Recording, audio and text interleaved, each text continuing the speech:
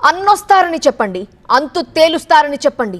మీకు అన్యాయం చేసిన వారి పేర్లు ఏ బుక్కులో అయినా రాసుకోండి, వారి పేర్లు మాత్రం తనకి చెప్పాలి అన్నారు వైసీపీ అధినేత వైఎస్ జగన్.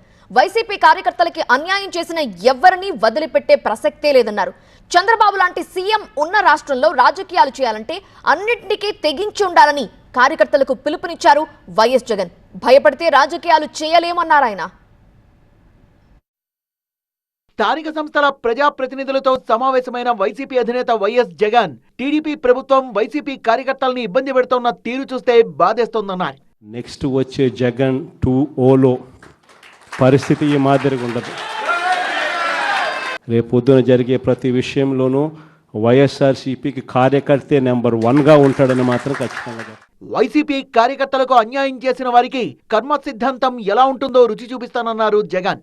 ఎవడెవడైతే మీకు అన్యాయం చేశాడో పర్వాలా, అన్యాయం చేయండి, చేయించుకుంటాం, టైం మీది, కానియండి, కొట్టండి అని చెప్పండి.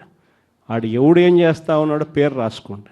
రెడ్ బుక్ అని నేను చెప్పను, కానీ పేరైతే రాసుకోండి. మీరు ఏ బుక్లో రాసుకున్నా పర్వాలా,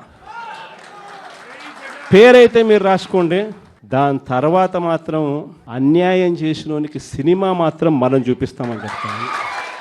మారిన పరిస్థితుల్లో రాజకీయాలు చేయాలంటే గట్స్ ఉండాలన్నారు వైసీపీ అధినేత. చంద్రబాబు యుగంలో రాజకీయాలు చేయాలి అని అంటే ఈ రాజకీయాలు చేసేటప్పుడు కేసులు వేస్తారు అనే భయం లేనప్పుడే రాజకీయాలు చేయగలుగుతాం. జైళ్ళకు పంపినా కానీ పర్వాలేదు చంద్రబాబు, నిన్ను ఎదుర్కొంటామనే ధైర్యం ఉంటేనే రాజకీయాలు చేయగలుగుతాం. అలా ఉండగలిగిన తెగువ ఎవరికైనా ఉంటేనే రాజకీయాల్లో ఉండగలగాలి. టీడీపీ ఇచ్చిన హామీలు నెరవేర్చడంలో విఫలమైందన్నారు జగన్. రైతు అని చెప్పి ఎప్పుడైతే చూశాడో నీకు 26,000, నీకు 26,000, నీకు 26,000 అన్న మొదలుపెట్టాడు.